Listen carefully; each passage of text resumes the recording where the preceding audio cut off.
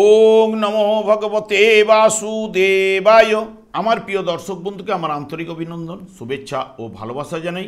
আমি আশা করি অনাদির আদি গোবিন্দের অশেষ করুণায় আপনারা সকলেই কুশলে আছেন। আজ আপনাদের কাছে যে বিষয়টি নিয়ে আলোচনা করতে চলেছি, কেতু পূর্ব ফাল্গুনী নক্ষত্রে 20 জুলাই 2025 প্রবেশ করবে, 29 মার্চ 2026 পর্যন্ত অবস্থান করতে চলেছে। তাই বিশ্বরাশি বা বিশ্বলগ্নের জাতক জাতিকারা আপনারা কেমন ফল পেতে চলেছেন তা আমি আচার্য কমল শাস্ত্রী এই ভিডিওতে আপনাদের কাছে বিস্তারিতভাবে আলোচনা করব। ধৈর্য সহকারে আপনারা ভিডিওটি দেখবেন।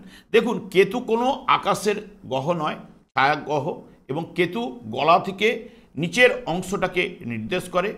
কেতুর কেবল ধড় আছে, মুন্ডু নেই। কেতু মোক্ষকারক এবং এর প্রতীক হচ্ছে সর্প। কেতু নির্দেশ করে প্রকাশের অভাব, বাধা, বিঘ্ন এবং পঙ্গুত্ব, শক্তিহীনতা, জড়তা, আলস্য এবং অবসাদ, অনুভূতির একান্ত অভাব, অহংকার এবং পরিপূর্ণ জড়তা এবং যাবতীয় গুপ্ত ব্যাপার। কেতুর মধ্যে রহস্যময় ব্যাপার কিন্তু থাকবেই এবং আধ্যাত্মিকতা, যেখানে শুক্র নির্দেশ করে পার্থিব জগতের যাবতীয় সুখ, সমৃদ্ধি, সৌন্দর্য, ঐশ্বর্য, বিলাসিতা, জীবনী শক্তি, শিল্প, কলা, যৌন আকর্ষণ এবং ইন্দ্রিয় অনুভূতি ইত্যাদি ইত্যাদি। দেখুন, অসুর গুরু হচ্ছে শুক্র আর দ্বৈত হচ্ছে কেতু। কেতু অতীতের অভিজ্ঞতা ও আধ্যাত্মিকতার দিকে আকর্ষণ কিন্তু বাড়াবে। একাকিত্বের অনুভূতি আসতে পারে, ঈশ্বরের প্রতি ভক্তি এবং সত্যের পথে চলা এবং সৃজনশীলতা, কাজে আগ্রহ করে নিয়ে আসা। অনেক সময় দুঃখও কিন্তু ভোগ করতে হতে পারে। এরপরেই চলে আসছি, দেখুন, বিশ্ব রাশি বা বিশ্বলগ্নের জাতক জাতিকাদের ক্ষেত্রে ঠিক চতুর্থভাবে কেতুর কিন্তু অবস্থান। কেতু এখানে বর্তমানে উত্তর ফাল্গুনী নক্ষত্রে অবস্থান করছিল, এখন 20 জুলাই প্রবেশ করেছে পূর্ব ফাল্গুনী নক্ষত্রে, অর্থাৎ আপনাদের রাশিপতির ঠিক অধীনে। এবং কেতু দেখুন যে সৃষ্টিজ্ঞাপকের ন্যাচারাল অশুভকারক গ্রহ হলো সৃষ্টিজ্ঞাপকের মধ্যে কিন্তু পড়ে। কারণ কেতু দেখুন ঠিক মঙ্গলের ঘরে, অর্থাৎ মেষ রাশিতে প্রথম 13 ডিগ্রি 20 অর্থাৎ অশ্বিনী নক্ষত্র রয়েছে কেতুর, এবং সিংহ রাশিতে ঠিক কেতুরই নক্ষত্র অবস্থান করছে, যেটা মঘা নক্ষত্র 13 ডিগ্রি 20 প্রথম, এবং বৃহস্পতির ঘরে ধনু রাশিতে, সেখানেও কিন্তু কেতু প্রথমেই কিন্তু 13 ডিগ্রি 20 পর্যন্ত অবস্থান করছে। এই দেখুন, তিনটে জায়গা কভারেজ পাওয়া রাশিচক্রে বা রাশিচক্রের তিনটে জায়গা, মানে প্রথম ভাব রাশিচক্রের, পঞ্চম এবং নবম, এই যে তিনটে ভাবকে দেখছে বা তিনটে ভাবের মধ্যেই কেতুর অবস্থান বা কেতুর নক্ষত্রগুলি পড়ে রয়েছে। এবং দেখুন, মঙ্গল এবং রবি মানে ন্যাচারাল বা নৈসর্গিক শুভকারক অশুভকারক গ্রহ হলেও সৃষ্টিজ্ঞাপকের কাজ করে। বৃহস্পতি নৈসর্গিক শুভকারক গ্রহ। এই তিনটি ঘরে এর জায়গায় কিন্তু কেতুর নক্ষত্রগুলো অবস্থান করছে। তাই কেতুর মধ্যে সৃষ্টিজ্ঞাপকের মধ্যে ব্যাপারটা কিন্তু কিছু না কিছু থাকবেই। এবং কেতু বা রাহু, এই যে এই দুটি গ্রহ ছায়া গ্রহ হলেও প্রথমে কিন্তু কেতু দেখুন এখানে সিঙ্গেল অবস্থান করছে। রবি যখন এখানে প্রবেশ করবে, তাহলে রবি এবং কেতু যুক্ত অবস্থায় কিন্তু বেশি প্রথম ফলটা দেবে, এবং যে গ্রহটির সঙ্গে যুক্ত হবে সেই গ্রহের ফল আগে দেয়। দ্বিতীয়ত, যখন এই কেতুর উপরে কোনো গ্রহের যদি দৃষ্টি থাকে, দ্বিতীয় ফল হিসেবে সেই দৃষ্টির যে গ্রহটি করবে তার সেই গ্রহের নেচার অনুযায়ী ফল প্রদান করে থাকে। তৃতীয়ত, কেতু যার নক্ষত্রে অবস্থান করে, অর্থাৎ এখন পূর্ব ফাল্গুনী নক্ষত্রে গেছে, এটা তৃতীয়ভাবে এই ফলটা কিন্তু প্রদান করবে। এবং চতুর্থ মানে পরিশেষে কেতু যে ঘরে অবস্থান করছে, যেহেতু এটা সিংহ রাশিতে অবস্থান করছে, এর অধিপতি গ্রহ রবি, রবির নেচার অনুযায়ী পরিশেষে ফল প্রদান করে। এইভাবে কেতু কিন্তু ফল প্রদান করে। কেতু পূর্ব ফাল্গুনী নক্ষত্রে প্রবেশ করেছে ঠিক আপনাদের ঠিক চতুর্থ ভাব থেকে, যেহেতু সুখের জায়গা, মায়ের কোল, গৃহ, বাড়ি, যানবাহন এবং বিষয় সম্পত্তি, স্থাবর সম্পত্তি ইত্যাদি ইত্যাদির বিচার কিন্তু এই চতুর্থ ভাব এডুকেশন এই জায়গা থেকে কিন্তু করা হয়ে থাকে। কেতুর অবস্থান এবং এখানে অবস্থান করলো রবি এর ঘরটির মালিক।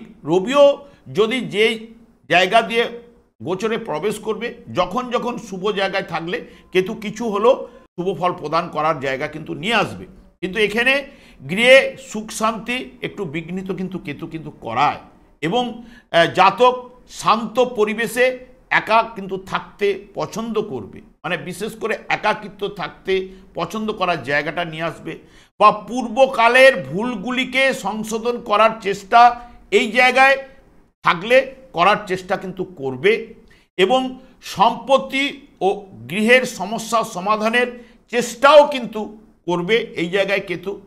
এবং জননী থেকে সুখ লাভ বা ঘটনা এইগুলো সাধারণত দেয় না। জননী মানে মাতার থেকে যে সুখটা পাওয়ার জায়গাটাকে বিঘ্নিত ঘটায়, এবং যানবাহনের জায়গাও কিন্তু ক্ষয়ক্ষতি কিন্তু নিয়ে আসে। তবে এখানে শুক্রের নক্ষত্রে থাকায় দেখবেন 27শে জুলাই থেকে 21শে অগাস্ট পর্যন্ত যে ফলটা আপনারা পাবেন শুক্রের নক্ষত্রের মাধ্যমে, সংসারে আনন্দের জায়গাটা কিন্তু কিছুটা হলেও নিয়ে আসবে, এবং আয় বৃদ্ধি, যথাযথ সম্মান লাভের জায়গা, সন্তান লাভ, সম্পদের লাভের জায়গা, বা এখানে আর্থিক উন্নতি, মানসিক শান্তি বা সুখের জায়গাটা কিন্তু কিছুটা হলেও প্রদান করবে ঠিক এই পিরিয়ডে। ঠিক যখন দেখবেন শুক্র 22শে আগস্ট থেকে 14ই সেপ্টেম্বর পর্যন্ত দেখবেন অর্থ ও সম্মান বৃদ্ধির জায়গাটা কিন্তু নিয়ে আসবে, শত্রুহানি এবং আশাতীত লাভের জায়গা কিছুটা নিয়ে আসবে, সুখ প্রদান করবে, ধর্মপথে চলার জায়গাটা এটাও কিন্তু প্রদান করবে।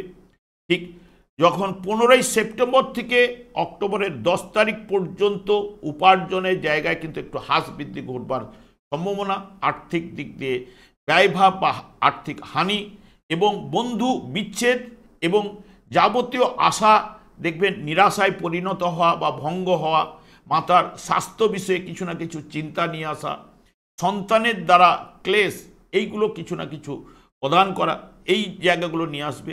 এবং ঠিক 11ই অক্টোবর থেকে 2 নভেম্বর পর্যন্ত স্বামী স্ত্রীর মধ্যে একটা নিবিড় সম্পর্ক বা ভালোবাসা তৈরি হবে, সন্তান সুখ এবং আত্মীয় স্বজনের সঙ্গে সুসম্পর্ক জায়গাটা কিন্তু উঠে আসবে, বন্ধু লাভ এবং শত্রু হানি অতি অবশ্যই কিন্তু এই পিরিয়ডে ঘটবে। ঠিক 3 নভেম্বর থেকে 26শে নভেম্বর পর্যন্ত জাতক পরাভব দুঃখ প্রদান কিছু না কিছু পাওয়ার সম্ভাবনা থাকবে, অস্থিরতা চঞ্চলতা বৃদ্ধিপ্রাপ্ত হবে, স্বাস্থ্য বিষয়ে একটু সচেতন হতে হবে, ওই সময় একটু দুর্বলতা, উদ্বিগ্নতা, গুরুজনের সঙ্গে মনোমালিন্যে জড়িয়ে পড়া, এগুলো কিন্তু নিয়ে আসবে। ঠিক 27শে নভেম্বর থেকে 20শে ডিসেম্বর পর্যন্ত বিপরীত লিঙ্গের সহিত ভুল বুঝাবুঝি বা অস্থির ভাব এবং সর্দি জ্বর, পেটের সমস্যা, স্ত্রী থেকে যাবতীয় অশুভ প্রভাবগুলো কিছুটা পেতে পারেন, বা আর্থিক ব্যয় এগুলো কিন্তু ঘটবে। এখানে 21শে ডিসেম্বর থেকে ঠিক 11ই জানুয়ারি পর্যন্ত আশাতীত লাভ ঘটবে, বিপরীত লিঙ্গের সহিত নিবিড় ভালোবাসা তৈরি হবে বা ভালোবাসা থাকবে, সম্পদ বৃদ্ধির জায়গা কিছু না কিছু আসবে এবং আয় বৃদ্ধি ঘটবে, গৃহ পরিবারে সুখ শান্তি থাকবে। এবং ঠিক 12ই জানুয়ারি থেকে 4 ফেব্রুয়ারি পর্যন্ত আধ্যাত্মিকতার বিকাশ, সর্ব কাজে একটু আকর্ষণ বৃদ্ধিপ্রাপ্ত কিন্তু ঘটবে, রোমান্স, আর্থিক লাভ, ভাগ্য উন্নতি, স্ত্রীর দ্বারা সুখ লাভ এগুলো কিন্তু ঘটবার সম্ভাবনা। ঠিক 5ই ফেব্রুয়ারি থেকে 28শে ফেব্রুয়ারি পর্যন্ত তখন কিন্তু যাবতীয় দিক দিয়ে একটু আশাহত হবেন এবং দুশ্চিন্তা কলহ বিবাদে জড়িয়ে পড়া, এবং সে কলহ ব্যতীত কিছু লাভ কিন্তু ওই সময়টা কিন্তু দেবে না।